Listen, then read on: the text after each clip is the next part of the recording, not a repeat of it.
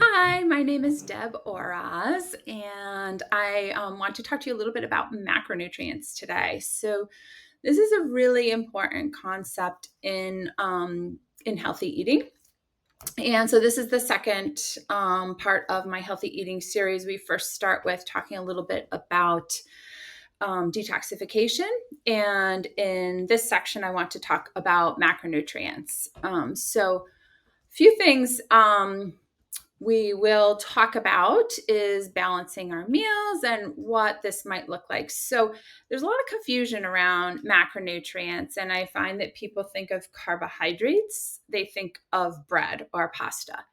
But what I want to talk about is carbohydrates are actually just one of the basic building blocks of our food. If we want to break our food down into categories, we can talk about our food being made up of macronutrients, micronutrients, and phytonutrients, other different components. So basically, when we're talking about macronutrients, we're talking about really big categories of breaking down our foods. So we could think of a brick house. I like to do this analogy and say like the bricks in the house, those big pieces are our macronutrients, like our carbohydrates or our fats or our proteins. And then that mortar in between the bricks are some of the other smaller particles we can break our food up into, like our micronutrients or our vitamins and minerals.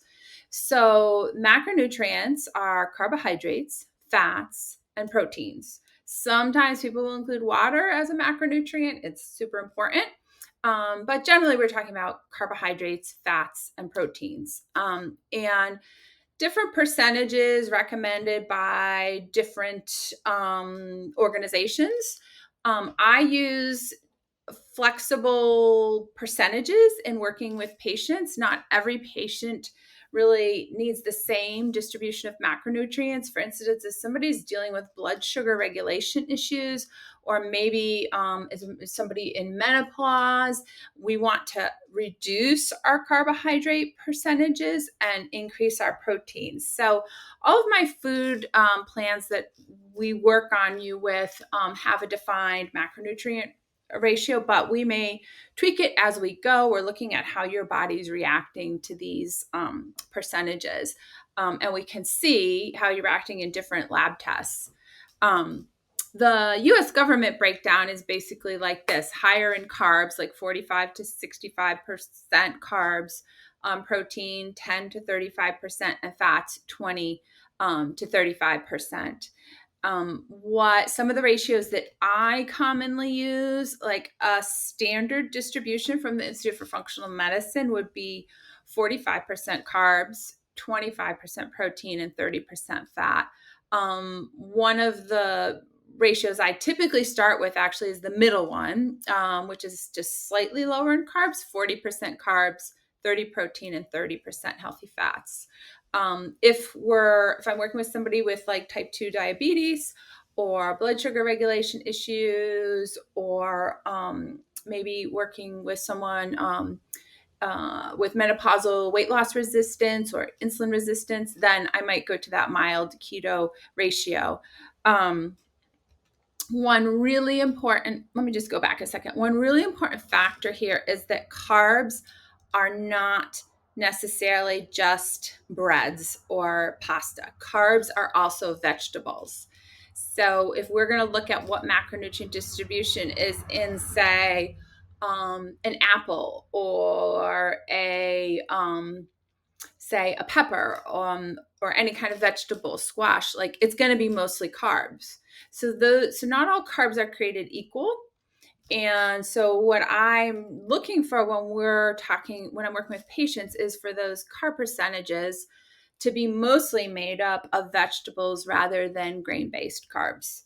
Um, so going ahead, we don't, like, when we are putting together our plate, we don't say, oh, here's fat, here's protein, here's carbs. No, it's like actual foods. Like, what am I eating? I'm eating broccoli, or I'm eating some chicken, or I'm eating some rice. So there's actual foods that we're putting on our plate, and we need to know how to put together our plates. So this is a really, really good, and I like to simplify this even further than this slide shows. You should do 50% vegetables. So half your plate, any meal should be half vegetables and then a quarter protein. It can be that simple. What I find is that other quarter will fall into place. It's the other quarter is half healthy fats, which might be like what we've cooked our vegetables in. It could be, olive oil. I have a list of them for you. And the other half is like a starchy veg. Think like below ground vegetables like potatoes, winter squash, or a whole grain. So really simplify it. Just think, and you can use this when you're ordering out too, like half your plate in vegetables, a quarter your plate in protein. So if we're eating out, how could we put together a meal that is going to be that half vegetables, a quarter protein? That will really, it's the number one rule. We even have some plates, like you can get plates ordered so that you can have that delineation if that helps you, but super simple to do it on your own, actually. So the macronutrients, one of the things that helps to balance our blood sugar is balancing the macronutrients because they get digested at different times. If we have something that gets digested quickly, impacts our blood sugar quickly. Something that gets digested takes a little bit longer, impacts it a little further out. And if we have something that takes a really long time to get digested, it's going to impact it way further out. So by combining those lengths of digestion, we can even out the curve in our blood sugar. It's going to help us to feel satiated longest, and it's going to help us to feel more even, more energy. So what macronutrient do you think takes the longest to digest? Carbohydrate, protein, fat? And which macronutrient do you think is digested the quickest? So yes, carbohydrates are digested the quickest, followed by proteins, and the longest to digest are fats. So making sure that we include some healthy fats in our diet can really help us to feel satiated because that's going to stick with us the longest. The carbohydrates are going to give us quicker energy. So maybe can be some of the concept of carb loading before workouts. So I just want to cover a little bit more in depth on each of these macronutrients and kind of their functions. So protein is really important for muscle preservation. So anybody who's taking a GLP-1 medication right now for weight loss, really important to make sure that you're getting enough protein to maintain your muscle mass. Proteins are also building blocks for hormone production, for enzymes. They help with immune function, with energy. And most of this digestion occurs in the stomach and the small intestine. One of the things we need to digest proteins is stomach acid. Stomach acid helps to break down the protein structure into little pieces, which are called amino acids. And then those are what are absorbed into our body. And are our building blocks. So sometimes if we are low in stomach acid, we can start to have more difficulty digesting proteins. And this can show up in test results, like if we are low in vitamin B12, often that's because we're having lower stomach acid and having difficulty digesting our proteins. And as we get older, we tend to have less stomach acid. And so it's common for us as we age to have lower vitamin B12. So proteins help to maintain muscle mass. And what about the carbohydrates? Now, where do those begin to be digested? We talked about the proteins being in the stomach and the small intestine, but what about the carbohydrates? They are kind of unique in where they begin to be digested. And this is one of the things of why they're so quickly impacting our blood sugar, because they actually begin to be digested in our mouth. There's an enzyme amylase in our saliva that starts the digestion of carbohydrates right in our mouth. Proteins in the stomach, and then fats are mainly in the small intestine after the bile is helping to emulsify the fats. So let's learn a little bit more about carbohydrates. Carbohydrates give us quick energy, right? They're a primary source of fuel for the brain. While our brain can convert to using ketones for fuel, which is when we're doing a ketogenic diet, the primary source of fuel for the brain is glucose. Fiber, our carbohydrates, really important for intestinal health, that we're getting our 28 grams of fiber a day. So something to think about. And it does definitely help when we're trying to maintain a healthy weight, and for blood glucose and cholesterol control. So carbohydrates, they get broken down into glucose for energy. They get broken down fairly quickly. They'll create a quicker blood glucose spike. Then they are stored as glycogen in our liver. Our liver can, and our muscles, and our liver can release carbohydrates to us. So sometimes we might have a blood sugar spike, like if we're having a really intense workout. And it's not from something we ate, but from our liver releasing glycogen. And then if our liver is full, our glycogen stores are full, then they may be deposited as fat. So the third macronutrient, right, is fats. And the main functions of fat are energy storage, maintaining our body temperature. Fats also help us to absorb our fat-soluble vitamins, which are vitamin A, E, D, and K. So very important, like if we're taking, many people will take a vitamin D supplement on an empty stomach in the morning. And if we're retesting and we're saying, why is your D just not climbing? Well, perhaps we need to take that D with a meal that includes some healthy fats so that you can absorb that vitamin D better. And as we talked about before, the digestion of our fats are mainly occurring in our small intestine. These take the longest to digest. And lipase enzymes are needed to digest our fats. Sometimes if we have had a gallbladder removal, we can have a little bit of difficulty with digesting fats because the timing of our bile release can be a little off with when we're eating the fats. There's some things we can do to help with that. But healthy fats, really important to include. There's some concepts too around healthy fat of balancing our omega-3 and our omega-6 healthy fats, because omega-3 is going to reduce inflammation in your body.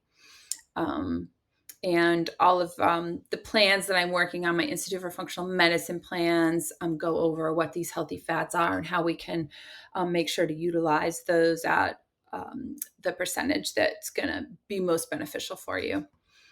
Whoops, did I go forward too far? No, here we go. Water. Okay. Water, very key. Half your body weight in ounces of water a day.